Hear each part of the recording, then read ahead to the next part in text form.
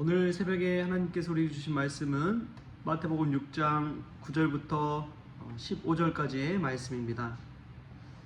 마태복음 6장 9절에서 15절까지 말씀.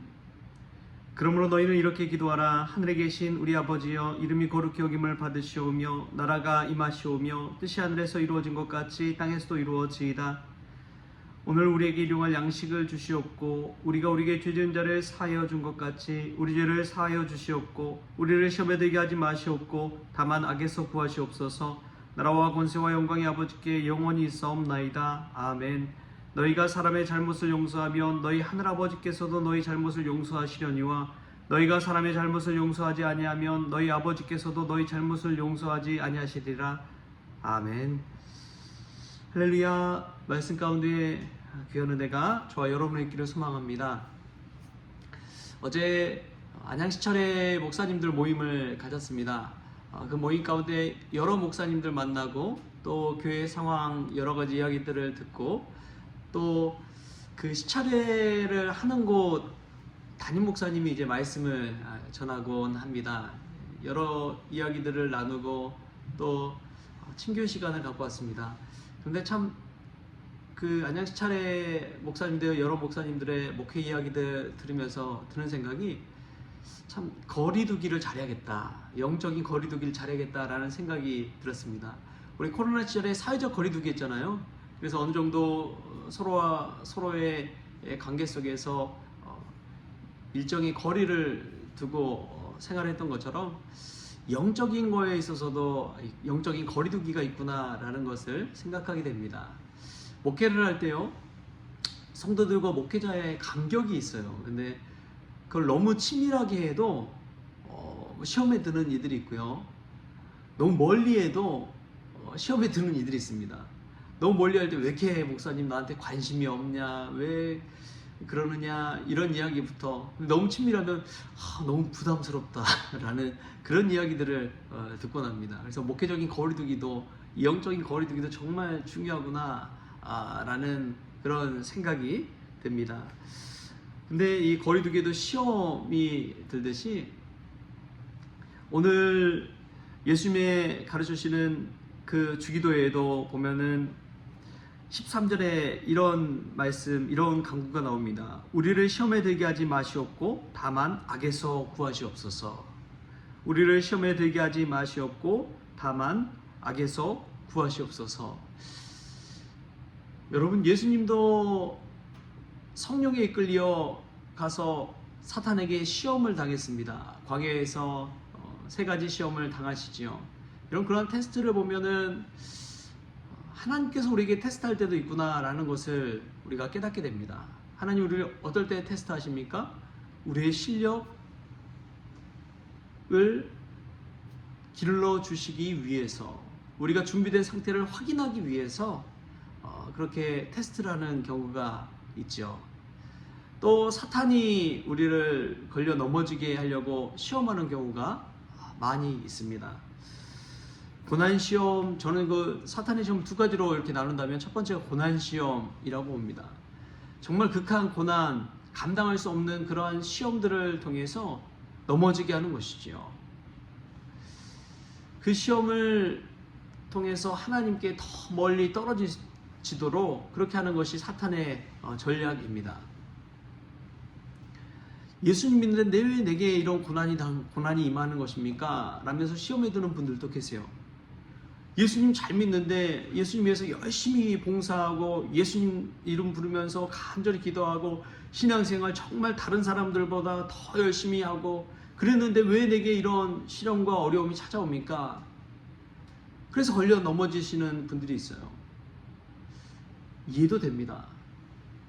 아니, 예수님 잘 믿으면 복 받아야 되는데 왜 저주와 같은 일들이 나에게 일어나는지, 난 열심히 한다고 노력했는데 왜 주변 사람들이 나를 그렇게 모함하고 시기하고 뒷말이 많은지. 여러분, 그럴 때 시험 들지 않습니까? 사탄은 고난과 모략과 여러 가지 것들을 통해서 우리를 걸려 넘어지게 합니다. 또한 반대로요, 사탄은 고난뿐만 아니라 성공을 통해서도 우리를 시험합니다. 성공을 통해서 시험하는데 잘 되게 하는 거예요. 이전에도 한번 이야기했지만 한 집사님이 정말 가난하고 어렵게 살았습니다. 그런데 정말 새벽기도, 철야기도 모든 예배에 빠지지 않고 나와서 기도하면서 열심히 살았어요. 그렇게 열심히 하는 자세로 또 사업을 했는데 너무나 성공하게 된 거예요. 너무나 성공하고 나니까 이분이 이 회사 일, 돈 버는 일에 맛이 들려서 점점 예배를 빠지기 시작합니다. 수요 예배, 금요 예배, 새벽 기도, 심지어 이제 해외에 다니면서 주일 성수도 빠지기 시작했습니다. 여러분, 성공한 것이 그 사람에게 득입니까? 아닙니까? 사탄의 시험이 될 수가 있는 거예요. 세상에서의 성공이 오히려 영적인 시험으로 찾아올 때가 있는 것입니다. 여러분, 갑자기 늘 그런 기도하시는 분들인데 복권에 당첨됐다고 생각해 보십시오. 수십억의 복권에 내가 당첨된다면 여러분의 삶이 어떻게 변하겠습니까? 오히려 그것이 시험거리가 될 수가 있는 것입니다. 우선 나 자신의 마음이 흔들려서 일상의 일들을 잘 감당하지 못할 것이고요. 가정 안에서 아내와의 관계 속에서 또 흔들림이 찾아올 수도 있고요. 내가 돈을 벌었다는 것에서 내 형제들, 내 부모, 또 장인, 장모 여러 가지 것에서 시험이 찾아올 수 있습니다. 여러분, 그것이 축복이 아니라 어쩌면 큰 시험거리가 될 수가 있다는 것입니다. 그리고 참 사람의 마음이 간사한 게요, 어려울 때는 단단히 지키는 사람도 있지만 칭찬을 통해서 넘어지는 사람들이 있습니다. 그래서 잠언 말씀에 보면 칭찬으로 사람을 단련하느니라 라는 말씀이 나와요. 칭찬으로 사람을 단련하느니라. 칭찬으로 그 사람의 됨됨 일을 한번 헤아려 본다는 것입니다. 칭찬받고 또 성공하고 그럴 때 그 사람의 본 마음이 드러나는 거예요. 그 사람이 어떤 사람인지가 드러나는 것입니다. 우리가 하나님의 시험, 그 시험을 통해서 연단받고 훈련받지만 사탄은요, 고난과 성공 시험을 통해서 우리를 넘어지게 합니다. 너무 성공하면 하나님을 멀리 떠나요. 하나님께 자신의 시간을 쏟지 않습니다. 오히려 세상 일에 더 바쁘게 살아가고 세상에 누릴 쾌락과 즐거움을 찾아가면서 하나님을 떠나가 버립니다. 여러분, 이거 시험이 아니고 무엇이겠습니까? 우리가 오늘 이 주기도문 속에서도 이러한 시험을 헤아릴 수 있기를 바랍니다. 참으로 이 시험을 이길 수 있는 비결이 무엇일까요? 기도밖에 없습니다. 뭐밖에 없다고요? 기도밖에 없습니다. 기도의 자리를 지키십시오. 기도는 다시금 우리가 하나님을 붙잡게 만들고 하나님 안에서 살게 만드는 것이 기도입니다. 기도의 자리를 규칙적으로 지키는 사람들을 보십시오. 절대 흔들리지 않습니다. 기도함을 통해서 하나님의 말씀, 또 하나님 생각, 주님 생각하면서 버틸 수 있는 힘을 주기 때문에 그렇습니다. 믿음의 힘은 규칙적으로 반복적으로 하나님 앞에 기도하며 나아갈 때 받을 수가 있는 것입니다. 여러분, 절대 평생의 기도의 자리를 지키십시오. 그 기도할 때마다 우리가 시험을 이길 수 있는 힘과 지혜를 얻을 수 있다는 사실을 깨달으십시오. 기도의 자리를 사모하십시오. 그때에 세상의 모든 유혹과 시험으로부터 이겨낼 수가 있는 것입니다. 사탄은 우리를 기도하지 못하게 만듭니다. 성공해서 기도하지 못하게 만듭니다. 사람과의 관계가 아무리 좋아진다고 해도 하나님과의 관계가 무너지면 영적 전쟁에서 질 수밖에 없습니다. 사탄은 그것을 노리는 것입니다. 여러분, 늘 깨어서 있는 방법은 기도밖에 없습니다. 십자가를 바라보면서 예수님이 우리를 위해 죽으신 그 사랑을 생각하며 나아갈 때 다시금 영적으로 회복되는 것이고요, 다시금 하나님과의 관계 속에서 세워질 수가 있는 것입니다. 사랑하는 성도 여러분, 지금도 시험에 들어서 사람 때문에, 돈 때문에, 관계 때문에 왜 나는 예수님 잘 믿는데 이러한 일을 겪어야 되나 시험에 빠져 있다면 기도하십시오. 그거야말로 기도하라는 하나님의 사인인 줄 믿습니다. 어려움도 이길 수 있는 방법이 기도이고요, 사람과의 관계 회복을 위해서 이길 수 있는 방법이 기도입니다.